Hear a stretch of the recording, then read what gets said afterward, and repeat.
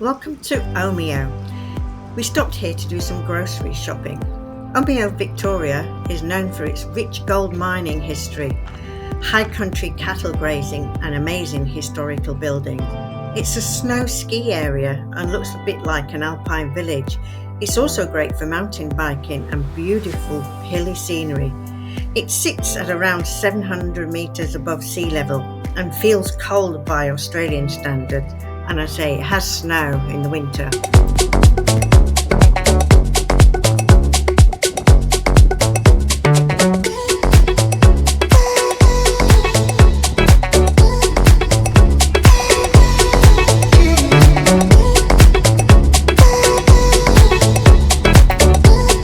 We left Omeo and travelled along the 164-kilometre Omeo Highway.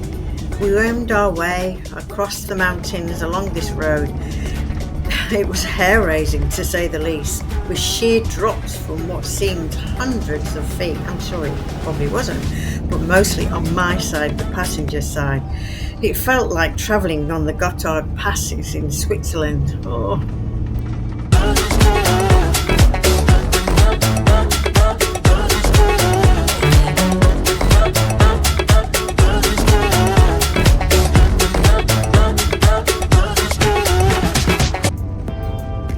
Whilst travelling on this road, we stopped at two pubs where we believed we could free camp.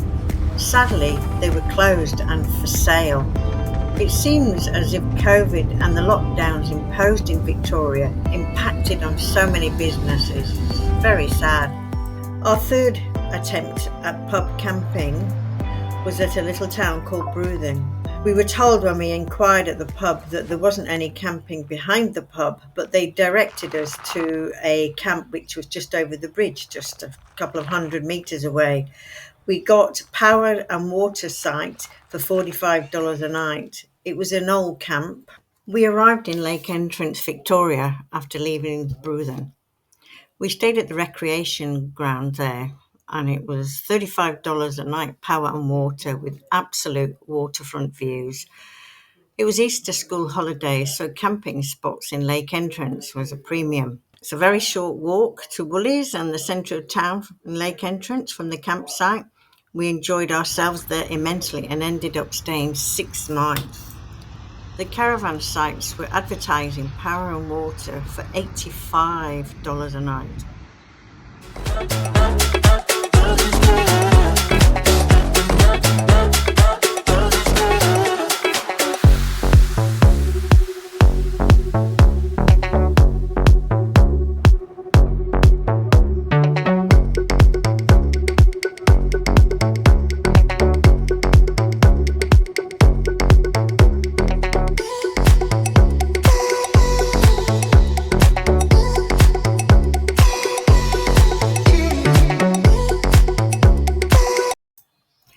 Can you believe it?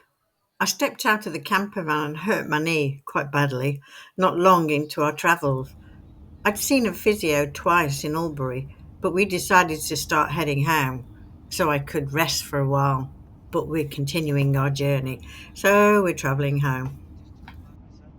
And here we are in Can River. It's a small town in Australia's East Gippsland region.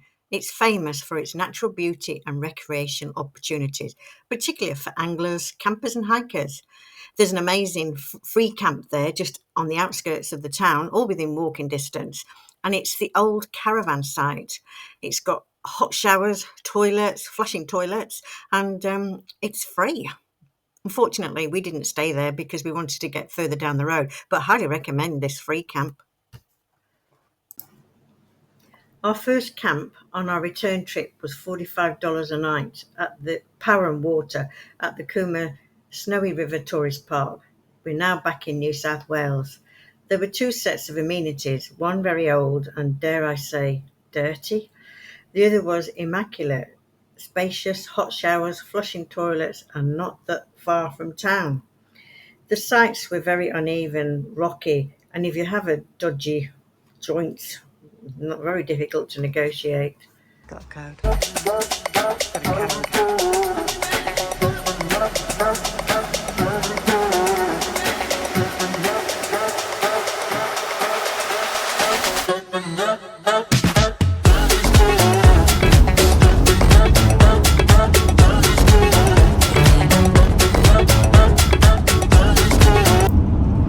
Well, we took 29 days to idle our way from our home, southeast Queensland, through New South Wales and to the bottom of Victoria. But it took us 2 nights and 3 days to get home to Buxton, Queensland, once we decided we were coming home. Look at this free camp that we've just discovered.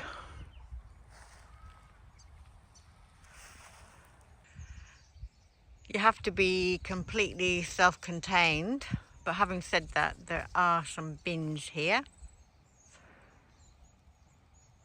And just over there is a little creek, and it's running.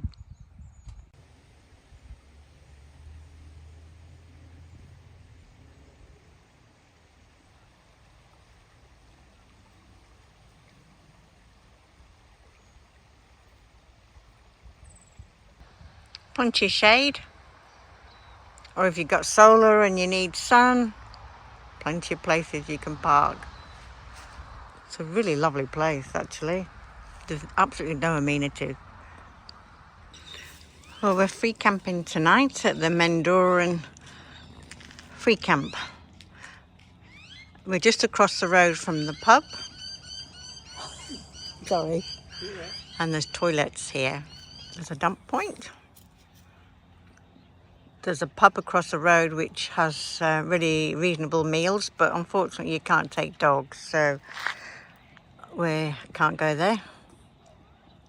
But plenty of room, as you can see, and it's on a river, so that's good. Mozzie's around now. Mendoran is the oldest settlement along the Castlereagh River. New South Wales government acknowledged the town as the mural town, with extensive murals painted by the former artist who was a resident there, Karen Deuce. I must admit, I didn't really see many murals due to my knee issue, but it's a nice little town.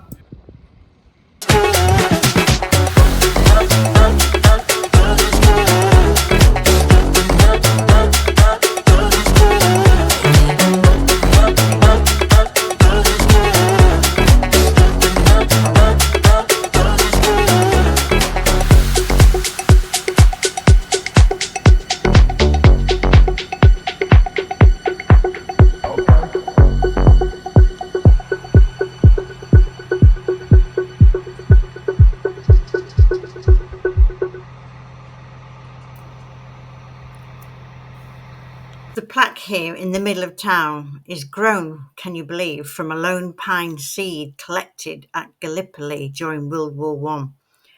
It is in memory of those men from Mendoran who died serving our country in World War One. Look how big the tree has grown. It's amazing.